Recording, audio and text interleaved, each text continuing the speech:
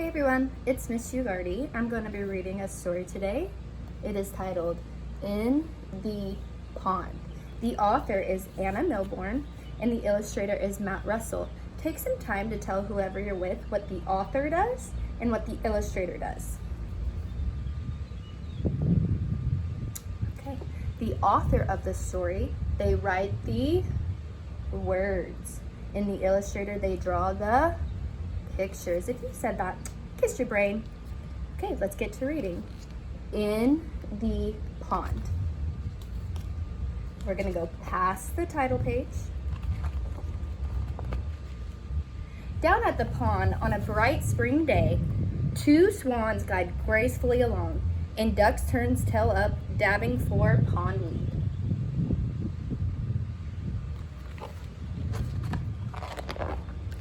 Lots of little jelly eggs are floating in the water. The eggs have tiny blobs inside of them. What will they become? Take this time to say, wonder what these eggs are. What will they become? Tell whoever you're in the room with. All right, let's see if your predictions come true.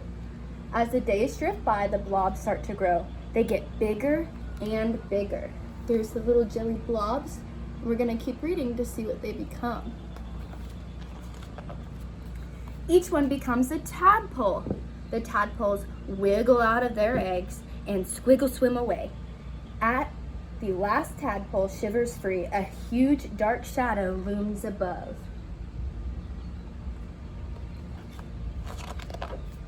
Suddenly, an enormous fish swims down. Its toothy jaws gap open and snap. The little tadpole wiggles away just in time.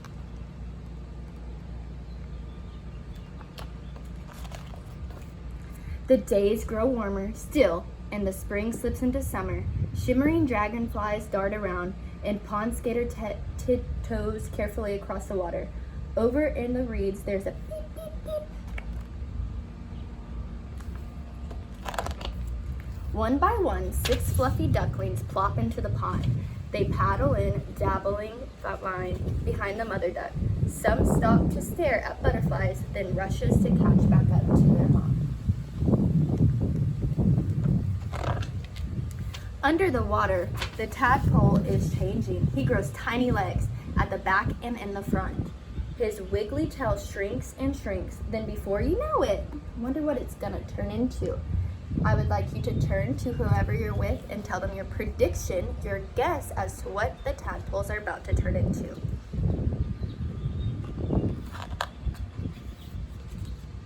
Okay, let's find out.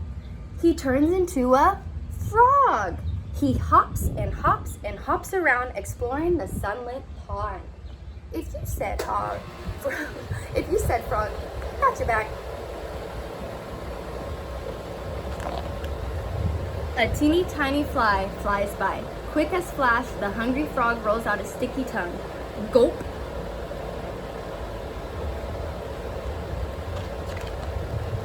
With a hop and a splash, he dives back into the cold water. Kicking his wide webbed froggy feet, he quickly swims away.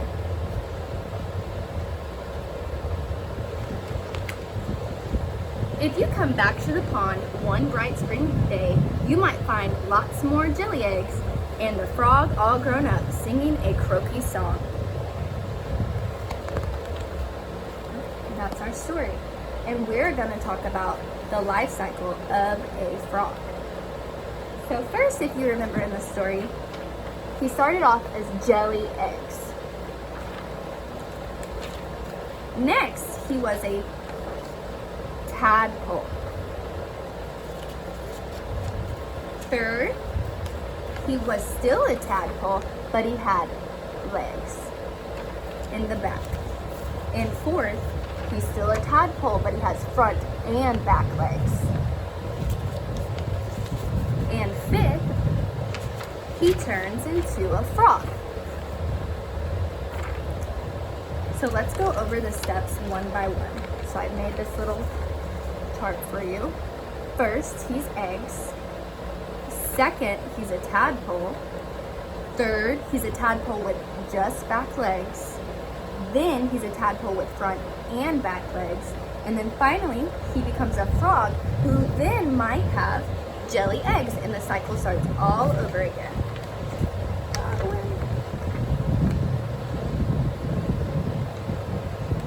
Okay. So what I want you to do at home is to write about what you might see at the pond. So Miss Shugardi is gonna write with us.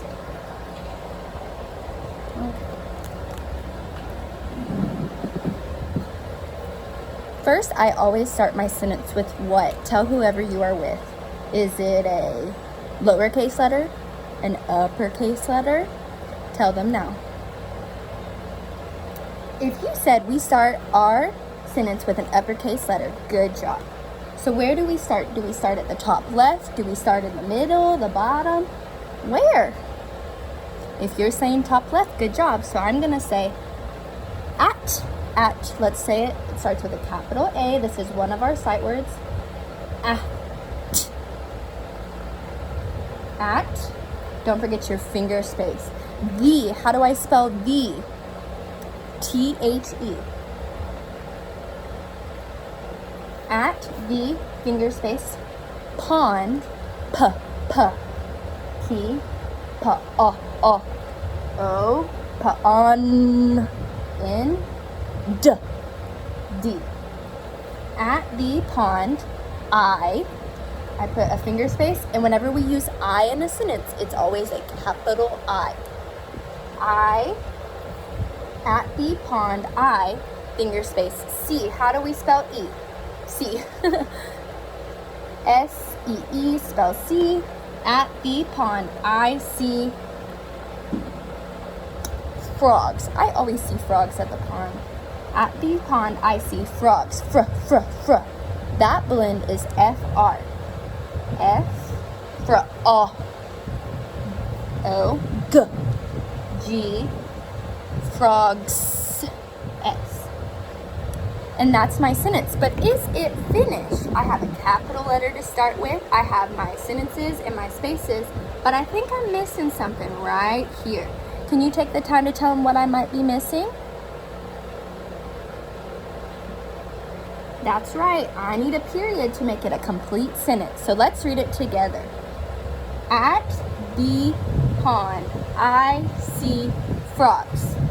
All right, let's read it again. At the pond, I see frogs.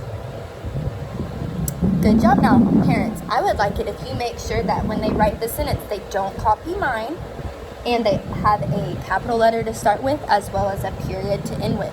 And sometimes their words just might have the beginning sound, and that's okay as long as you correct it and show them the correct form that it should be in. Thank you for watching. Hey, wait, I love and miss y'all so much. I can't wait to see you soon. Bye.